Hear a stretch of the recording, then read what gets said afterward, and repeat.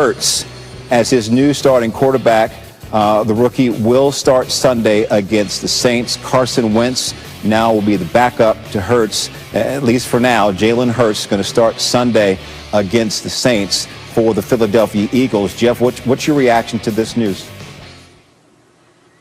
Yeah, I'm not surprised, but I would say I'm a little bit disappointed in what's happened to Carson Wentz. I mean, when you think about kind of all this is getting laid at his feet, and obviously as a $100 million quarterback, it's going to do that. It's going to fall to you.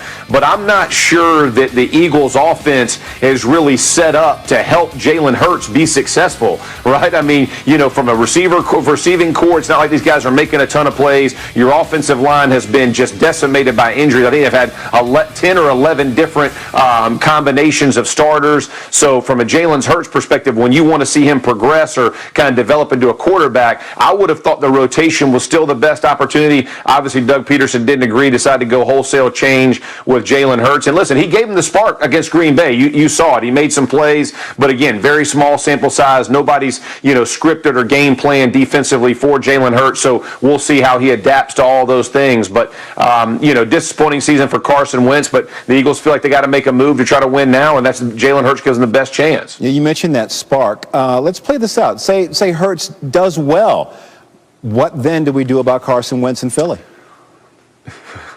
You got to trade him. I mean, and listen, I mean, it's possible, right? I mean, I think we were talking this morning on Get Up, and I think Dan Graziano he talked about that it's a $34 or $35 million swing, but you could potentially trade him and make some things happen. But that would require Carson Wentz to be kind of ascending, right, Jay? Like when you see a guy descending, there's not a lot of people who want to throw the chips in. So to take him completely off the field, you're not giving a lot of people hope to want to try to trade him. And for the cap number that he's going to hit, I think it's $50 million or some kind of crazy number that he would put against the cap to be released. It's one that he's going to be part of the Eagles organization without a trade. And so, how does he help benefit Jalen Hurts moving forward? Can Jalen Hurts perform at this level? We'll see. Bunch of ifs and questions, I know that, but a lot of money on the table for the Philadelphia Eagles, no doubt about that. All right, again, our breaking news from Adam Schefter and Chris Mortensen. Jalen Hurts will start for the Eagles. Carson Wentz will be his backup against the Saints. Jeff Saturday, thank you so much. Appreciate you. All right, busy few minutes there coming in with Ohio State's news and now Jalen Hurts. And I agree with what Jeff said is like, how can we accurately assess Jalen Hurts here given the supporting cast that he's dealing with, which is doesn't suddenly improve. Continuing to follow breaking news here on SportsCenter. Michigan announcing within the hour this Saturday's game at Ohio State canceled due to positive COVID-19 cases and student athletes in quarantine in that Wolverines program. Michigan saying in a statement it will continue daily testing with hopes of getting back on the practice field when cleared by medical professionals. This is huge for Ohio State, meanwhile. We'll welcome in our college football playoff reporter, Heather Dinich. And Heather, what's your reaction to this news now of this Michigan-Ohio State game moving specifically with regard to options for the Buckeyes now to try to get that crucial sixth game played in their season? That's a loaded question, my friend, and I have a lot of answers for you. So here we go. Ready? First of all, sources say that Big Ten athletic directors are meeting on Wednesday. I would expect that they discuss the six-game rule. The athletic directors are the ones who implemented the rule. They have the power to change it.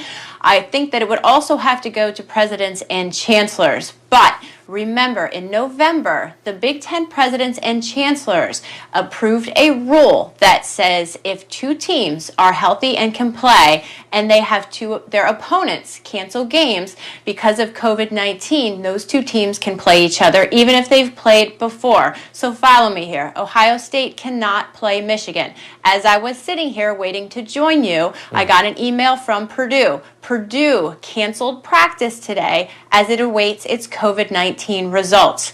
If Purdue cannot play Indiana, and Indiana and Ohio State are both sitting there without opponents, those two teams can play each other if that all works out. So there are still a lot of possibilities to get Ohio State that sixth game. But the ADs might not even have to change that rule if Purdue can't play Indiana. Okay, so we're trying to follow the bouncing ball with regard to availability for Big Ten teams. And I understand what you're saying here because Indiana and Ohio State conceivably, by rule, with regard to the Big Ten as a conference, should not be punished for essentially being the victims of opposing teams throughout this season having COVID issues within their program. I'm wondering, Heather, if you have any insight from the Big Ten, from ADs, presidents, whomever, about the timetable with which we're working for a game to come together on short notice within the week, especially given what we saw from Coastal Carolina and BYU when Liberty had their issues and that game coming together in a matter of 2 or 3 days. Great question. So the rule from the Big Ten presidents and chancellors says that must be determined by 1 o'clock Eastern on Wednesday, tomorrow. So the athletic directors are supposed to be meeting tomorrow morning. I don't know if enough of them agree that they should change the rule. There could be a competitiveness issue in that discussion, right? So they have the opportunity. They will absolutely discuss it. Whether or not it happens, I don't know. But now you also have the added factor of an issue with COVID-19 that Purdue is dealing with and added into that conversation. And that is the ripple effect or the butterfly effect that one non-playoff team in Purdue can have on potentially another one in Big Ten, in Ohio State in the Big Ten. Heather, I want to play back your question to Ryan Day, his media availability earlier today when you posed that question about the conference's 6-game rule. Here's you and Ryan Day. Hey, Ryan, how do you feel specifically about the Big Ten's rule that you have to play 6 games to qualify for the championship? I think it's one of those things that was put into place early on, and decisions are made based on the information you have at the time, and then things change, as we know. And I just think we have to take a hard look periodically at all this stuff. And I think that this is one of those situations. And if we don't quite get the games we need to get into the championship game, then I think that needs to be looked at hard, just like anybody else in the conference. But there's no easy solution in times like this. So, I know those guys are going to come together and take a hard look at it and make sure that it was the right decision.